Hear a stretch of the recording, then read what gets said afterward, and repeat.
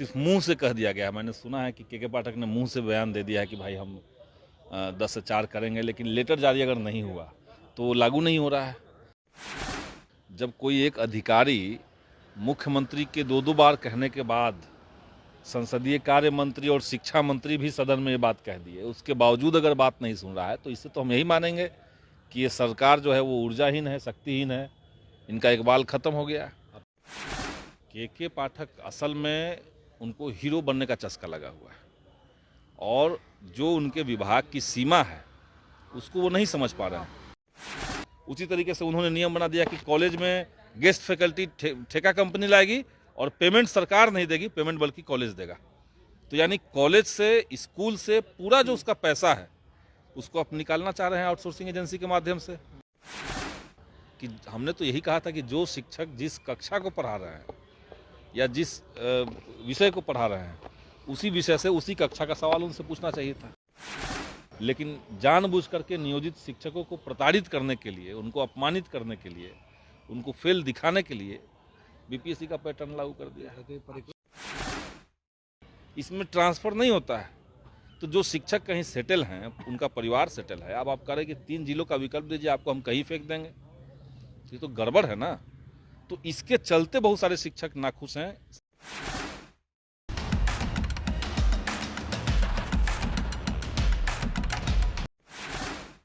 दुर्भाग्य है कि 3 बार सरकार के तरफ से सदन में आश्वासन देने के बाद अभी तक लेटर जारी नहीं हुआ और सिर्फ मुंह से कह दिया गया है। मैंने सुना है कि के पाठक ने मुंह से बयान दे दिया है कि भाई हम 10 से 4 करेंगे, लेकिन लेटर जारी अगर नहीं हुआ तो वो लागू नहीं हो रहा है। तो सभी जिलों में अभी भी शिक्षकों को 9 से 5 वाला ही पैटर्न फॉलो करना पड़ रहा है और ये दुर्भाग्य की बात है। सरकार को संज्ञान में लेना चाहिए। क्या लग रहा है, सरकार का इकबाल खत्म हो गया? वही दिख रहा है। जब कोई एक अधिकारी मुख्यमंत्री के 2-2 बार कहने के बाद संसदीय कार्य मंत्री और शिक्षा मंत्री भी सदन में ये बात कह दी है, उसके बावजूद अगर बात नहीं सुन रहा है तो इससे तो हम यही मानेंगे कि ये सरकार जो है वो ऊर्जाहीन है, शक्तिहीन है, इनका इकबाल खत्म हो गया। आप लोग लगातार लड़ाई लड़ रहे थे, अब क्या होगा? नहीं, हम लोग तो इसको लेकर के, अब जनता भी देखिए देख रही है। हर दिन तो सदन को इसके चलते स्थगित नहीं किया जा सकता है, लेकिन जनता देख रही है कि किस तरीके से नीतीश सरकार में अफसरशाही हावी है। विधायिका की बात कार्यपालिका नहीं सुन रही है, जबकि नियम है कि विधायिका ही नियम बनाएगा, कार्यपालिका को तो लागू केवल करना है।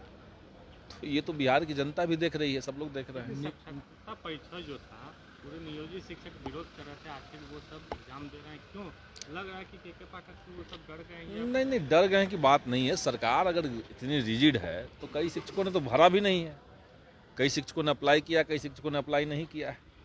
और जो सरकार कह रही थी कि मामूली सी परीक्षा होगी, कल हमने देखा कि जो परीक्षा से बाहर निकल रहे थे शिक्षक, वो कह रहे थे कि बीपीएससी पैटर्न का हम लोग को सवाल दिया गया। ये तो बात नहीं थी, ये तो तार्किक ही नहीं है।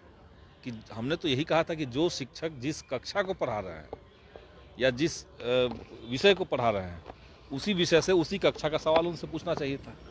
लेकिन जानबूझ करके नियोजित शिक्षकों को प्रताड़ित करने के लिए, उनको अपमानित करने के लिए, उनको फेल दिखाने के लिए बीपीएससी का पैटर्न लागू कर दिया है। परीक्षा के चेकिंग के नाम पर लोगों से नाक के नथिया, कान के बाली, तमाम चीज़ हैं जो खुलवा दी। देखिए कितना गलत है ये सब। तो हम वही कह रहे हैं कि ये जो एनडीए की सरकार है, ये पहले भी नियोजित शिक्षकों के खिलाफ थी और अभी भी ये नियोजित शिक्षकों के खिलाफ ही है। परीक्षा सरकार से बातचीत करेंगे, जिस तरीके से जो शिक्षकता परीक्षा में जो विरोध किया गया था? हम लोगों ने तो बात की, तो सरकार का कहना है कि मामूली परीक्षा ले रहे हैं।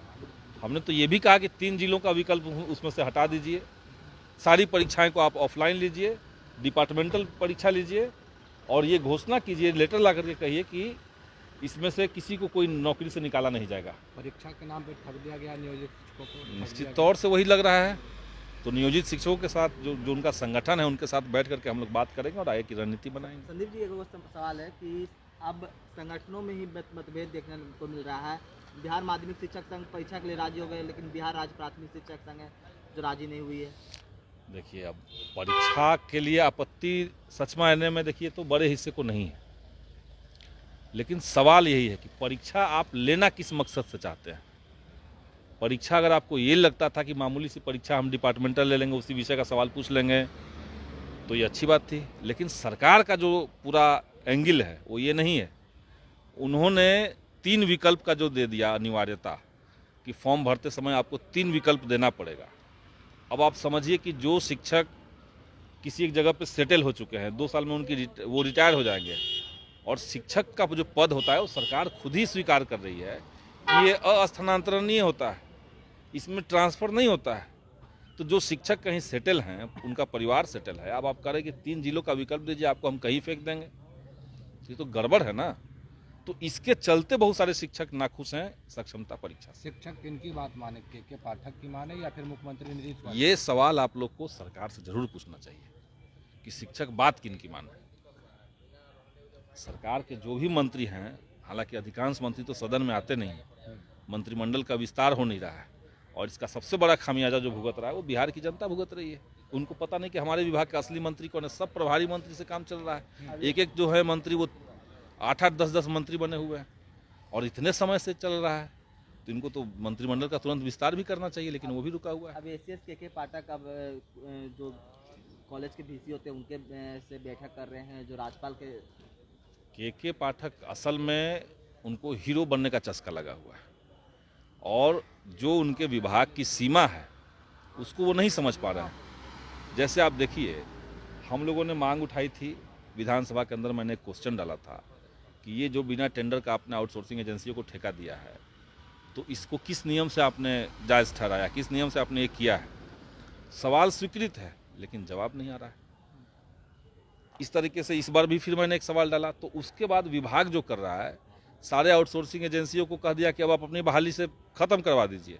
तो जो 6 महीना से जो बहाल लोग थे एजेंसी के माध्यम से, उनको न तो पेमेंट मिला, न तो श्रम विभाग के आदेश के बावजूद उनको ईएसआई और पीएफ मिला, और अब उनकी नौकरी 28 फरवरी को कही जा रही है ख़त्म हो जाएगी। तो इस बीच में जो पैसे का लेन देन हो गया, इसका हिसाब कौन देगा देश की जनता को, बिहार की जनता को? ये सब चीज़ के पाठक की गड़बड़ी है।